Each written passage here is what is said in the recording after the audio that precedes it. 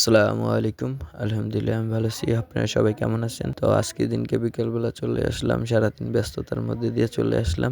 আলু ক্ষেতে পানি দেওয়া হয় না অনেকদিন যাবত। তো আইসা দেখি আলু ক্ষেত পুরো একদম শুকাইয়া গেছে। তো দেখতে আছি যে কুকুরে পা দিয়ে আলু ছালাইয়া প্রায় আলু উঠাইয়া ফেলাইছে। তো আইসা ওইগুলা লাইনগুলা ঠিক কইরা আবার আলু চারাগুলা আবার ভালোভাবে রোপণ কইরা তো মোটর দিয়ে পানি দিয়ে দিলাম। তো পানি দেওয়া শুরু হয়ে গেছে। প্রথমে আলু ক্ষেতে পুরা ভালোভাবে পানি দিয়ে দিতে হবে। তো অনেকদিন যাবত পানি দেওয়া হয় নাই। পুরো আলু ক্ষেত একদম শুকিয়ে পুরো চৌচির হয়ে গেছে গা। তো আলু ক্ষেতের পাশে আবার পেঁপে গাছ ছিল, ওই পেঁপে গাছেও পানি দিয়ে দিছি। তো একদম লাইনে লাইনে ভালোভাবে পানি দিয়ে দিব। তো তারপর হলো যে ওই সাইডে বেগুন গাছ ছিল, বেগুন গাছেও পানি দিয়ে দিলাম। তো কাঁচামরিচ গাছ ছিল, ওইগুলাতেও পানি দিয়ে দিলাম। তো আলহামদুলিল্লাহ আলু অনেক সুন্দরভাবেই জ্বালায়া হইছে।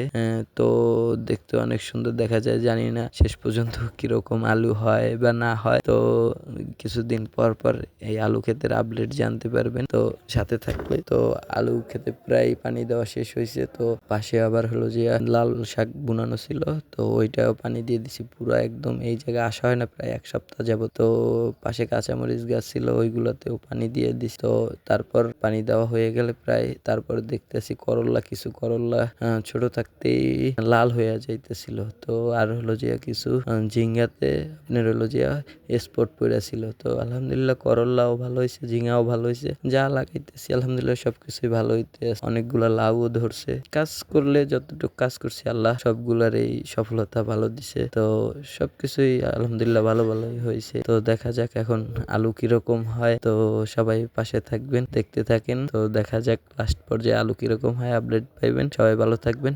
আসসালামু আলাইকুম।